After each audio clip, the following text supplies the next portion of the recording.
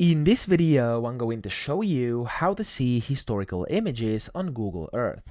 Now, the first thing you want to do is open your project or your Google Earth map, and then when you do so, up top you have this toolbar, and you want to click on this button, which is going to show you historical imagery. So click on that, and then from here, as you can see, it's going to load in, and then here you can either use this slider over here to actually go back in time, so you can use any of these buttons over here, and actually it's going to update your images over here on your map, or what you can also do is just click on these arrows over here, which are going to take you to older images and then the newer images as well. Okay, so if you kind of click and drag here, it's going to show you all the options you have. Now, some places are going to have a lot of different data, and you can just click on any of that data, and it's going to basically give you historical images, and from there, of course, you'll be able to see how it was in the past. Okay, so that's how to do this. I hope this video helped you out. If it did, please subscribe to the channel and help me out as well.